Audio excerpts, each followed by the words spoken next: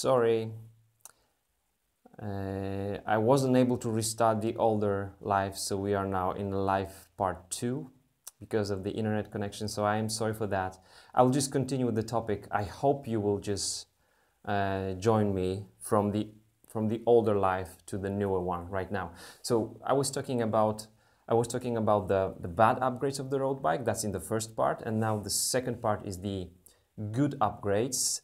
First category is the comfort. So focus on comfort on your bike, on the right length of the stem. This one, for example, is too long for me, so I would need to change it, but this is just the testing bike. And also the saddle. The saddle is so crucial. That would be the first upgrade on the bike, is the saddle. Please just memorize that. You need to feel comfortable with your butt. So if you just start riding the bike, you need maybe 1 or 2 weeks to kind of get used to it. But if it doesn't work for you, you need to change the saddle. It has to be comfortable. Comfortable doesn't necessarily mean soft. It has to fit your butt. So this is crucial. Position on the bike, the saddle, and then also the bar tape. The bar tape, the thicker the bar tape is, it may fit your palms better, and also it will give you better damping vibration. Your shoes and the pedals. If your feet get numb, that means you might want to have the racing specific or road bike specific pedals. It is extremely difficult to walk because the cleats are super uncomfortable for walking and it's slippery. But my feel is that I can ride longer on the road bike specific pedals rather than the MTB specific. These are the MTB specific and these are the road specific. So that might be an upgrade for you if you feel that your feet really suffer during the ride. And finally, yes, there is one part on the bike which I would definitely want to be carbon, and that's the seat post. Flexi seat post gives you much more compliance. So if you want me to do the blind test on the carbon bike versus alloy bike, I'm probably not going to be feeling the difference, but I will tell you whether I'm riding carbon seat post or alloy seat post. Carbon seat post flexes better, and that's the upgrade. In my opinion, I would like to have it on all of my bikes, both road and mountain. Second category on upgrades is the braking performance. And number one, I would consider, if the brakes are not performing very well, is just changing the braking pads. So you might want to have some other braking pads. That's the first step I would start with. The second one is, as you can see on this bike, I have the lower group set asymmetrical brakes. So you can see that the pivots here are asymmetrical. One is here and the other is here, centrally located. That makes these brakes not very good. Now I'm going to show you the symmetrical ones. This is here, all right? You can see now the pivots are symmetrically located, and so both braking pads will make the same way towards the rim, and this is stiffer. This is much less spongy. These are also the direct mount, which you cannot mount on your bike if you have these brakes, but you can also get the symmetrical dual pivot brakes with just the standard mount. So just one bolt for mounting. So that's important. And then the disc brakes, I would only consider buying a bike with the disc brakes, because you need to change the bike then if I was to ride in like really wet conditions and like very hilly terrain, and perhaps if I was like a heavier rider. The disc brakes might help. Otherwise, start with the braking pads, then think about upgrading to the symmetrical dual pivot, and then think about having some disc brakes on your bike. If you want to have full carbon wheels, then I would like to have disc brakes with full carbon wheels, because carbon is not good for braking. Okay, so the third one is shifting, and shifting does not mean upgrading from 105 shifters to like Dura Ace shifters. Number one upgrade is changing the housings and the cables. So it might be old on your bike, or it just might be not super good quality. So consider buying some higher quality housing and the cables, and both for brakes and for the shifters, of course. And this can be a game changer for your bike. So consider that. This is really important. Now, the feel of your bike, that's the stiffness of the bike, and you can focus on two things. Number one is the wheels. If you feel like your wheels, your rim, will very often hit the braking pads, that can mean that your wheels are not really stiff. You might consider replacing the wheels, and also the crankset. When to replace it, if you feel like your chain is quite often rubbing the front derailleur cage, especially on the larger chainring, when you really push hard. So if all works well, if you know how to adjust it and the chain will rub against it, that means you need more stiffness, probably also on the frame. But first off, having like two-piece crankset with the integrated spindle can change the game.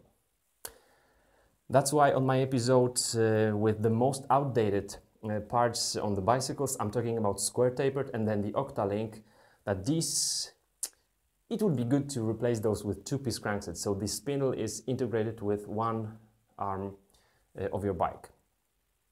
Alrighty, so this was the feel, this was the shifting, this was the braking, and this was the comfort of your bike. And now I'm gonna answer your questions. So let me just sit here. It's a shame that I missed those like 50 people who were on the first part, and they are not here on the second part because my connection just was like lost. I don't know why. So I'm here for you guys. If you have some questions, if you want to discuss with me some points, some of my points, and you have some further questions regarding road bikes upgrades, tomorrow night we're going to talk about mountain bikes. But as for the road bikes, I'm just going to scroll your questions and answer some of those. Hello to Costa Rica. Okay, good Kimetia, that you switched. Medium profile wheels or shallow rim when on a budget? Okay, Seal Killer, medium profile wheels or shallow rim when on the budget? Good question, because I have both here. So let me just take the phone with me and show you. Okay. These are the shallow ones, and these on the aero bike are like the mid ones. This is not like high profile. This is, I think it's about 35 millimeters or 40, and this is shallow one. None of these. You should consider the wheels and the stiffness of the wheels, because you're not gonna really feel much difference in terms of the aerodynamics. So your speed on the bike, your average speed perhaps, but you can buy like very good low profile wheels, stiff ones with very good bearings, and be happy about those. And also you can buy like something more aero and be not happy about those. I can tell you what I'm gonna say in my testing of these two bikes is that this Merida Sculptura has low quality, like Merida Expert wheels, especially in the rear. The bearings are really poor. This Merida has the Fulcrum Racing Aero wheels, and these are super true, no noise from the spokes, and the bearings are super awesome. So this is what I would focus on. Not just like 15 millimeters difference in the profile, but the quality. And if you say you are on the budget, Well, maybe just like Fulcrum Racing Quattro wheels for just about $250. That could be the thing. Okay, I'm getting back. I'm getting back to your questions. So question number 2. What will be the question number 2? Okay. How do I rate Kenyon's endurance bikes? John Kelly, there is a review on the Kenyon Endurace on my channel, and it was good. I think the only disadvantages of that one I mentioned was the bearing in the headset, the lower one, which got dirty pretty quickly. And second, it was the Endurace bike, but it was more like the race than Endu because it wasn't really compliant. It was super stiff. Otherwise, cool bike. But this is definitely on the racing end of the endurance bikes. Like for example, the Cannondale Super 6, which is the racing bike, is like 3 times more compliant than Canyon Endurace. Okay, let's go further. I'm a very heavy rider with 98 kilo. Hans, it's not a lot. But okay, can you run tubeless tires on the same maximum tire pressure than tube tires? 60-70 psi's. I would actually recommend having tubeless system on the bike. I'm 75 kilos, and for the racing bikes, like the racing wheels I'm gonna have will be tubeless, and my training wheels will be Thanos, which are the airless tires, because these are the best for the trainings. For the racing, I'm gonna go tubeless, and you can go lower with the pressure on tubeless. And 98 is not really that much. It's not that much. I hope you have like 25 millimeters. 25, 27 millimeters would be good. 23, a bit too little, too narrow. Okay, I got sick and died. Yeah, my internet died. What do you think about change the fork and the seat post to China's carbon? Eric Linux, as always, I'm saying I would buy a Chinese fork or Chinese seat post if I knew at least like 2 or 3 riders who use it. Because, you know, you can buy a lot of no-name stuff. Some of those will be better than some, like, you know, FSA, good quality brand. Some will be even not safe for you to ride. So first off, go to some forums, ask people who have a certain seat post from AliExpress or so, and then just buy it if it's got good opinions, reviews. Okay. Okay, David. Is it David Schaus from Germany? Why am I recognizing an intensive vibration during a braking process with the front brakes? Okay, vibration with the front brake. Vibration. Okay, that might be something with your rim. It can be many things. Okay, so that might be your rim, that might be your braking pads. Make sure that your braking pads are clean and have no particles, like metal particles in those. But it wouldn't actually create vibration. That might certainly be some play in your bearings. So check out, no play in the wheel. So check it just like that from side to side. Otherwise, also, if you have some play in the headset, that also might create some vibration. And also, if there is some cracks in your, let's say, carbon fork, that might cause it too. And for sure, some, like, you know, some vintage bikes with the steel fork, which is flexy, can have that vibration. Okay. You're using disc brakes. Disc brakes, okay, vibration on the disc brakes. Your rotor, you need to check out whether your rotor is true, is like 100% true. So spin the wheel and see what's happening to the rotor. And of course, as I said, the bearings, the bearings. What could be more? I think that's it. These would be the main things. Okay, Kimetia, do you feel a huge difference in crosswinds, for example, between 30 millimeters and 45 or even 50 deep wheel? Hesitating between two hunt wheels at the moment. Crosswinds, 30 and 50, yes. 30 and 45, yes, you will feel the difference in a crosswind, in a strong crosswind. It also depends on the number of the spokes, somehow, but 30 and 50, definitely. If you live in the area where you have often crosswinds, like when I was training in Iceland, a lot of wind just by the ocean, by the shore, I would go for 30 millimeters. No deeper section rims. There is a difference.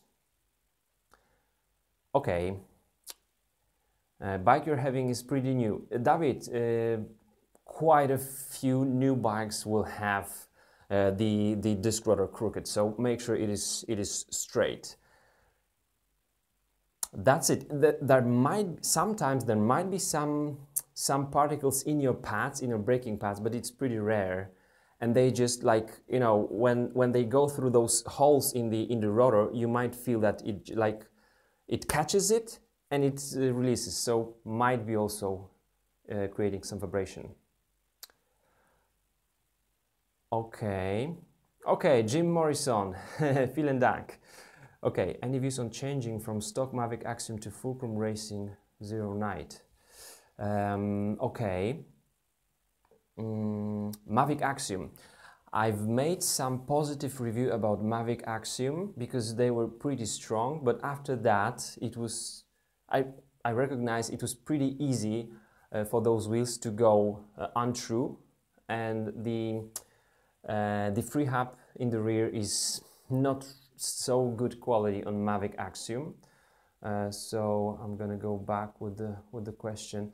Fulcrum Racing Zero Night, I didn't write Fulcrum Racing Zero Night, but Fulcrum Racing, I have never had any problems with Fulcrum wheels, and I love the bearings. So I would probably choose the Fulcrum. Okay, will I feel, Dmitry Liashko, will I feel benefit from short carbon seat post? My seat post just 10 centimeters length. Okay, so you mean that your seat doesn't really stand out from the frame. You have like a large size frame. You will feel 10 centimeters. Let me measure that. How much more that would be? 10 centimeters. Okay, mine is 16, so 10 centimeters is much less, but yes, you will feel by the seat post, Dmitry, which has this nice curve right here. So when it goes with the offset to the back, so the offset might help here, it will allow the seat post to flex even more. So yes, you will, and would be good if it was not more than 27.2 in diameter, because the larger one will not flex that much. I have it on my full suspension bike. It still flexes, but not that much. Okay. Tony, apropos comfort, for me the most important parts are the saddle and the bar tape. Yes. Yes, I agree. Yes, I agree. Okay, Merida Sculptura, yeah, that was one of the bikes I actually bought when I was starting with my channel. I bought the Sculptura and the cyclocross bike just to review those, and then I sold those. It's pretty lovely. Okay, could you tell us more about your Reacto? APV, there will be a full review. This will be like 1,000 kilometers review of the Reacto. I can tell you that I love the bike. There's one thing I don't like. I don't like this thing here. Listen to this. If this was a carbon handlebars, you would be able to damage it.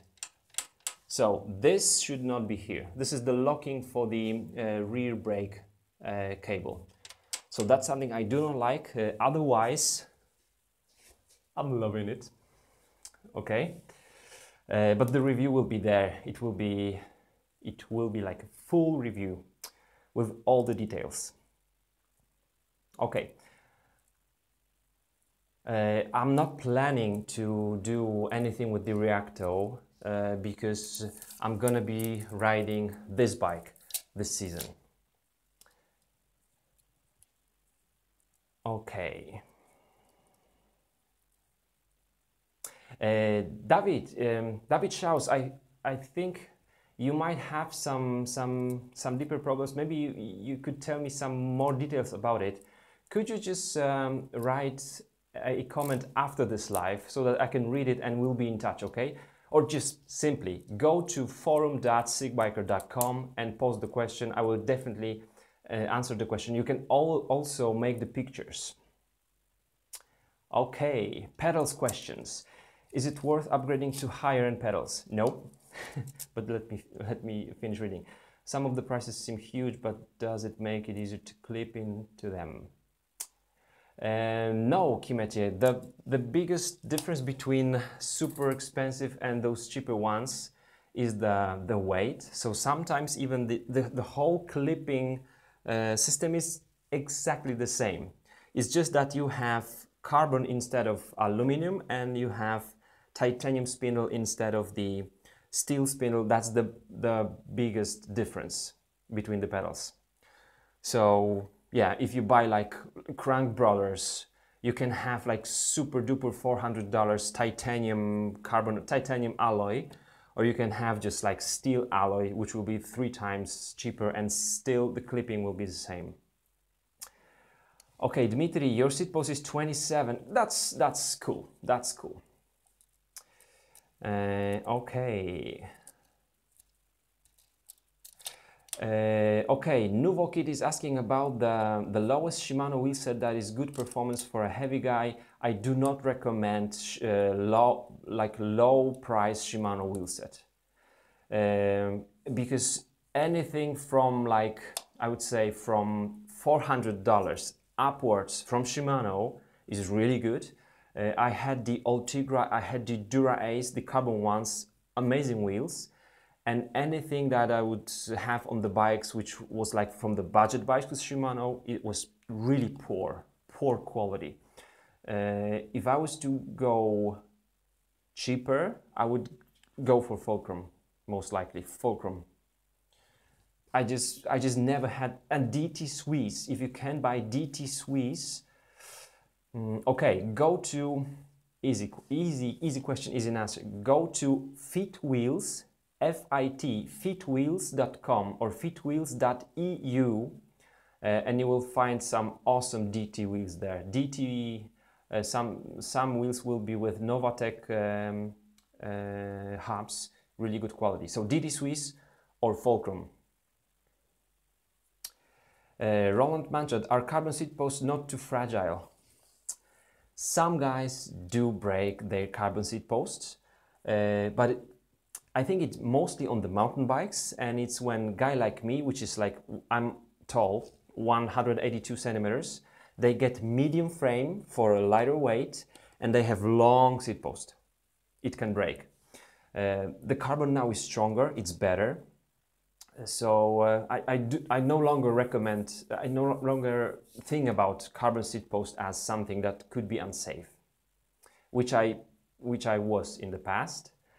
The last time I saw somebody breaking the seat post was Marco Aurelio Fontana when he got 3rd in the Olympics. Where was it? Do you remember where was it? It was in London. He just broke his seat post, I think, or the saddle. He lost the saddle. Okay. The dropper seat post on a gravel bike would make sense for me only if I was go like really hard on a descent, some steep descents, but I don't think you're gonna be doing that on the gravel bike so much. So maybe don't bother. Is there any bike what you don't love? Okay, let me think about the last bike I didn't like riding. All right, the cyclocross. There will be review of the bike. The bike is okay, but I must tell you, I did race in 2 cyclocross races this year already, and one I did on the mountain bike, on full suspension mountain bike. The first one is on the cyclocross bike, and the full suspension bike crushes it. So I would not buy cyclocross bike for myself. I would buy gravel bike, but not cyclocross bike. Okay.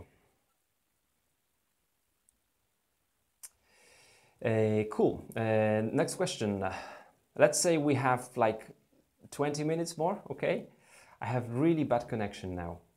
Okay, Lord Jigger, I have strange question. I am thinking of getting 2 wheel sets. It's not strange, it's really good. I recommend having 2 wheel sets. Aero and bad weather. What do you do to the derailleur when I change wheel sets with the same cassette? Yes, the position of the cassette might change, and sometimes you need to readjust the derailleur. Sometimes, yes. Sometimes you need like to do like the full adjustment. So you need to check out the limiting screws. So what's the whole range of your derailleur movement, and you need to readjust the cable tension. Sometimes it happens. Sometimes it's the case. Okay, and I think, Lord, that there's nothing you can actually do about it.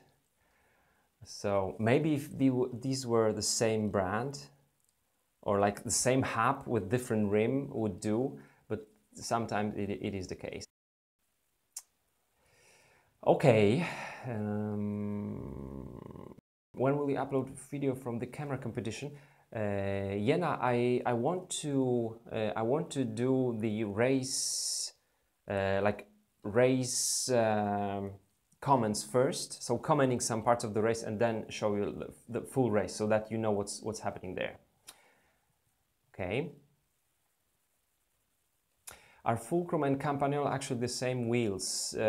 Pretty much. These are pretty much the same wheels, Dmitry. I was comparing both in my hands on the Eurobike, and these are pretty much the same. So the spoke lacing is same pattern, and I think the hub bearing, the bearings, the bearings inside are pretty much the same. And I think that Fulcrum like belongs to Campy. I'm not sure about it, but might be it. Okay.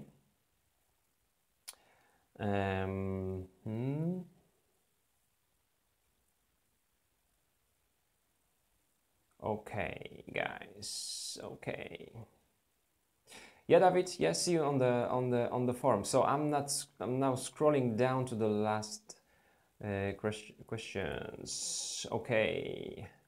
Probier mal die Scheiben. Okay, there's some discussion in German. Okay, you are helping yourselves. What would be the real life difference between SRAM ROM 30 and ROM 40 wheelsets? I don't know, Hans. I would need to check that out. Okay, do we have some more questions? Currently running 25C tires on my road bike. How do I know if 28C will fit? Basically, you measure the clearance of your fork and of your brake. So these are 25. I can see how much clearance I have. I would be able to fit in the 27, that's for sure. So just measure it with the caliper. You need also to know that the same tire can have different width here on different rims, because the rims will also have different width. So you need to consider that. But if you see like a lot of clearance from side to side, but also like, let me show you this here.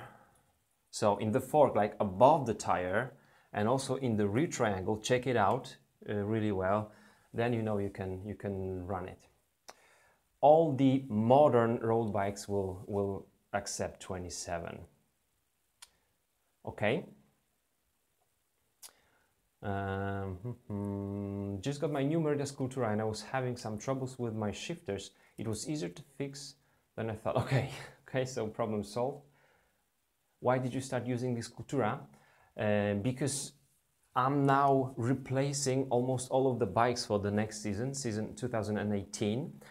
This is the carbon bike, and this one comes with Ultegra mixed with some other components, but my main direction now in this season is to go lower with the group set. So my main racing mountain bikes will be on Diori SLX. So I'm trying to be getting less high-end stuff. I don't think I'm just good enough for XTR Dura Ace components, and I think I'm on the like SLX level right now, so that's what I'm gonna do. Okay.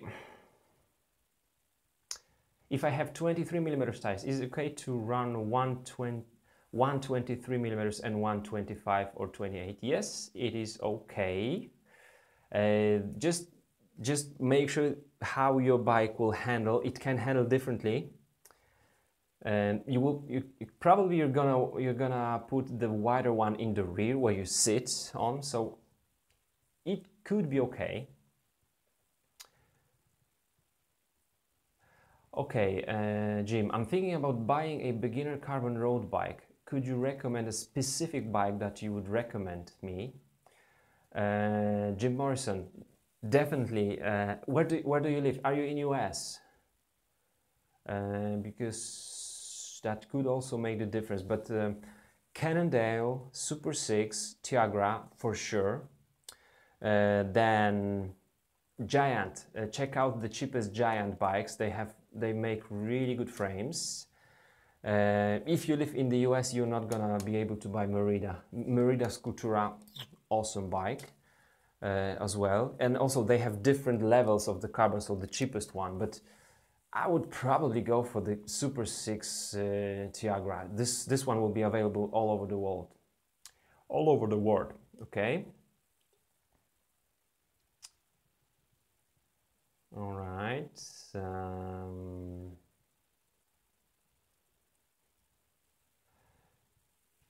Cool. Oh, now we are just writing in different languages. Kakowo czerta wy w etom czacie działajecie? I even understood that, Ruslan. Okay, so let's say 3 more questions and we're gonna be done. What's your opinion on custom-made frames? It's cool. You can choose the geometry. You can choose the frame for your weight. There are some riders who weigh 50 kilos and they don't need that much of a material. They can have like lighter weight. It's okay. Rozumie czeski, Jena. Tubeless road tires, yes or no? Yes, and yes. And I'm gonna go tubeless with all of my bikes, except for the training wheels. The training wheels will be airless tires, so Tannus. I'm gonna go for Tannus. Otherwise, tubeless. There's so many punctures. Have you seen one of the latest Cycling Maven vlogs? They did, I think it was 450 kilometers in 2 days. Or like 48 hours, and they got like 7 punctures the first day, so it was like crazy. Okay, so 2 more. Greetings to Ukraine. Greetings, Ruslan. Okay, I think that's it. So it was a shame that we had to do it in 2 parts. Tomorrow night you are all invited to the mountain bikes upgrades. It will be pretty much different from what we talked about here. Yes, I do watch Shane Miller. Not everything, but some of his reviews, especially the turbo trainers. There is no one who makes such a deep review of the turbo trainers like him. Okay, thanks, Ryan. Okay, so MTB, yes, MTB will be tomorrow. MTB will be tomorrow night. Thank you for dropping by. And what? You are all invited also to the Sick Biker group on the Facebook and the forum sickbiker.com. That's where you can post your questions. You can put the pictures with your problem or the question. You can put the links with the bike you are considering, and I'm going to be, and other community members are going to be helping you. So, thanks so much, David Schaus. I'm waiting for you on the forum, and good night. It's like, what, 10:30 p.m. in my studio. See you tomorrow night if you're interested in mountain bikes. Otherwise, see you on Monday or Tuesday. Bye-bye, guys.